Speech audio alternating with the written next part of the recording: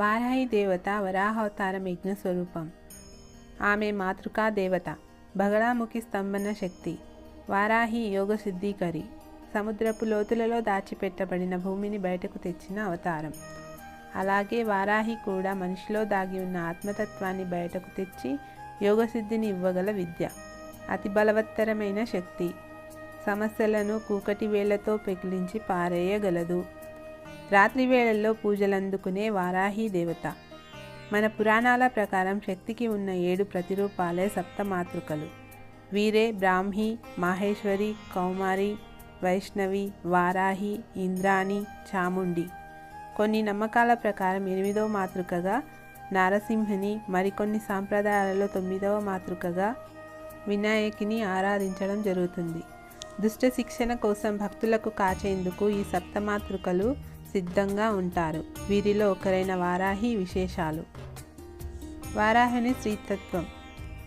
పూర్వం హిరణ్యాక్షుడనే రాక్షసుని సంవరించి భూలోకాన్ని ఉద్ధరించిన విష్ణువు అవతారమే వరాహమూర్తి. ఆ వరాహమూర్తికి ఉన్న స్త్రీతత్వమే వారాహి అంటారు. దేవీ భాగవతం, మార్కండేయ పురాణం, వరాహ పురాణం వంటి పురాణాలలో ఈమె ప్రసక్తి కనిపిస్తుంది. ఆయా పురాణాలలో అంధకాసురుడు, రక్తబీజుడు, శుంభనిశుంభులు వంటి రాక్షసులను సంహరించడంలో ఆమె పాత్ర సుస్పష్టంగా కనిపిస్తుంది. వారాహి రూపం. వారాహి రూపం ఇంచుమించు వరాహమూర్తినే పోలి ఉంటుంది. ఈమె శరీర ఛాయను నల్లని మేఘవర్ణంలో ఉన్నట్లు పేర్కొంటారు. సాధారణంగా ఈ తల్లి వరాహముఖంతో 8 చేతులతో కనిపిస్తుంది. అభయవరద హస్తాలతో శంఖం, పాశం, హలం వంటి ఆయుధాలతో దర్శనమిస్తుంది. గుర్రం, సింహం, పాము, దున్నపోతు వంటి వివిధ వాహనాల మీద ఈ తల్లి సంచరిస్తుంది. ఆరాధన. తాంత్రికులకు ఇష్టమైన దేవత వారాహి మాత. అందుకే ఈమెను రాత్రి వేళల్లో పూజించడం జరుగుతుంది. వారాహి మాత ముఖ్య దేవతగా ప్రతిష్ఠించిన కొన్ని ఆలయాలలో దర్శనం సైతం రాత్రి వేళల్లోనూ తెల్లవారుజామున మాత్రమే ఉంటుంది. దేశంలోని వివిధ ప్రాంతాలలో ఈమె ఆలయాలు ఉన్నప్పటికీ చౌరాసి, వారణాసి, మైలాపూర్లలో ఉన్న ఈమె ఆలయాలకు ప్రాధాన్యత ఎక్కువ. సైన్యాధ్యక్షురాలు. లలితాదేవికి సైన్యాధిపతిగా వారాహిదేవిని వర్ణిస్తారు. అందుకే ఈమె ప్రస్తావన లలితా సహస్రనామంలో కూడా కనిపిస్తుంది. ఆ లలితాదేవి తరఫున పోరాడేందుకు కాదు, భక్తులకు అండగా ఉండేందుకు కూడా ఒక గొప్ప యోధురాలిగా నిలుస్తుంది వారాహి. ఈమెను ఆరాధిస్తే జీవితంలో ఎదురయ్యే అడ్డంకులన్నీ తొలగిపోతాయని, శత్రుభయం ఉండదని, జ్ఞానం సిద్ధిస్తుందని, కుండలిని శక్తి జాగృతమవుతుందని తరతరాలుగా నిలిచి ఉన్న నమ్మకం. వారాహిదేవి పేర ఉన్న మూలమంత్రాలను, అష్టోత్తరాలను పఠిస్తే సకల జయాలు సిద్ధిస్తాయన్నది భక్తులకు అనుభవమయ్యే విషయం. ఈ అమ్మవారు శాక్తేయంలో కనిపిస్తారు. శక్తిని ఉపాసించే ప్రక్రియే శాక్తేయం. వారాహి అమ్మవారు శ్రీ లలితా త్రిపుర సుందరి దేవి సైన్యాధిపతి. దండనాథ పేరుతో పిలువబడే వారాహి మాత శంఖం, చక్రం, నాగలి, గుణపం, అభయ వరదాలతో దర్శనమిస్తుంది. బ్రాహ్మి, మహేశ్వరి, కౌమారి, వైష్ణవి, వారాహి, ఇంద్రాణి, చాముండి వంటి సప్తమాతృకలలో వారాహి ఒకరు. శాక్తేయులు వారాహిదేవి పార్వతీదేవి మాతృక అని నమ్ముతారు. ఈ మాతృకలు దానవులపై యుద్ధానికి వెళ్ళేటప్పుడు అవసరానుగా దేవతల యొక్క శక్తులను సమీకరించి సృష్టించి తమ ఆయుధాలను ఇచ్చినవి.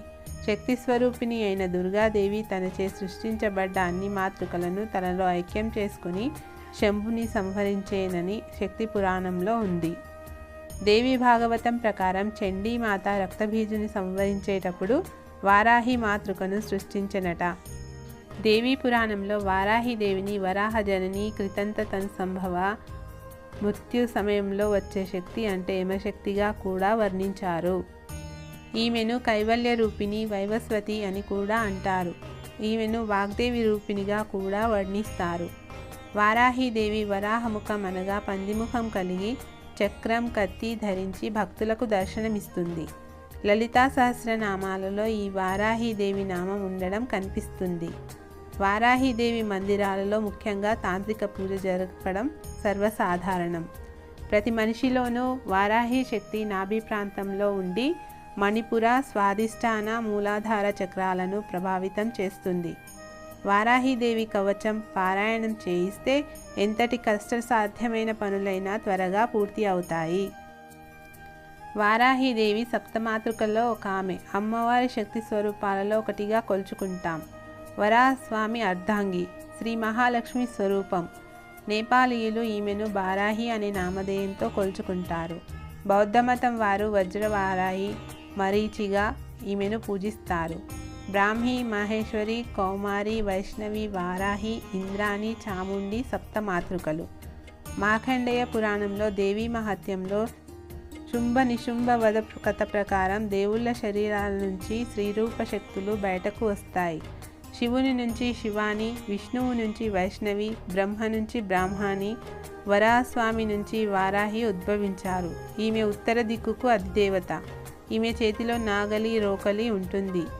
నాగలి భూమిని దున్ని సేద్యానికి సంకేతం. రోకలి పండిన ధాన్యాన్ని దంచి మనకు ఆహారంగా మారడానికి సంకేతం.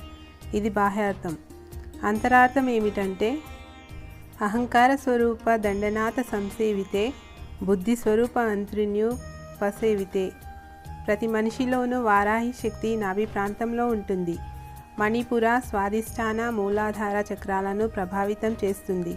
కుండలిని శక్తిని జాగృతం చేస్తుంది. మనలో అస్తవ్యస్తంగా ఉన్న పృథ్వీ అనే బుద్ధిని రక్తబీజుడు లాంటి పిచ్చి మొక్కలతో అక్కర్లేని మనలో వరుసగా ఉద్భవించే ఆలోచనలను లలితామాత సైన్యాధ్యక్షురాలైన దండనాయకి శక్తి అనే నాగలితో దున్నుతూ ఉంటే, తన సైన్యమైనటువంటి రథ, గజ, తురగ, పదాతి దళాల సహాయంతో మనలో ఉన్న మానసిక వికారాలన్నింటినీ నాశనం చేసి, జ్ఞానమనే సేద్యానికి అంకురార్పణ చేసి, ధాన్యమనే కుండలిని శక్తిని పెంపొందించి, రోకలితో ధాన్యం నుండి బియ్యాన్ని వేరు చేసి మన ఆకలికి అన్నమైనట్లుగా, అలాగే మన జన్మంతరాలలో చేసిన కర్మఫలాలను ధాన్యం పొట్టు నుంచి బియ్యాన్ని వేరు చేసినట్టు వేరు చేసి, మోక్ష జ్ఞానాన్ని క్షుద్బాధ తీర్చే బియ్యంలా మనకు అందజేస్తుంది.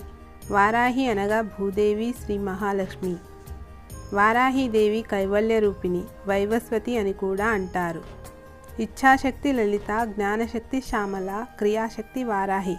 కేవలం రాత్రి వేళల్లో మాత్రమే పూజలందుకునే ఏకైక వారాహి స్వరూపంలో ఉన్న లక్ష్మీదేవి. ఆయు రక్షతు వారాహి, ప్రాణ సంరక్షిణి. వసంత నవరాత్రులు, గణపతి నవరాత్రులు, శరన్నవరాత్రులే కాక వారాహి నవరాత్రులు కూడా మన సనాతన ధర్మంలో శాక్తేయులు, శైవులు, వైష్ణవులు కూడా ఆషాఢ పాడ్యం నుంచి ఈ వారాహి నవరాత్రులలో వారాహిదేవిని కొలుస్తుంటారు. భక్తుల కష్ట నష్టాలతో పోరాడే యోధురాలు. ఈమెను ఆరాధిస్తే శత్రుభయం ఉండదు.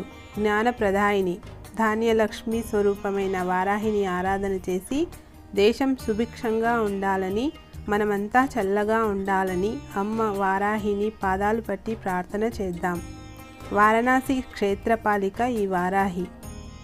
మీరు భక్తి శ్రద్ధలతో వారాహిదేవిని పూజిస్తే మీ ప్రార్థనలన్నీ ఆమె వింటుంది. ఇతరులకు హాని చేయాలని కోరుకుంటే మాత్రం అది నెరవేరదు. వారాహి మంత్రాన్ని జపిస్తూ ఉంటే మీ జీవితంలో, మీ పనుల్లో ఎదురయ్యే అడ్డంకులన్నీ తొలగిపోతాయి. ఆమె శ్రేయస్సును, సంపదను అందించే దేవత.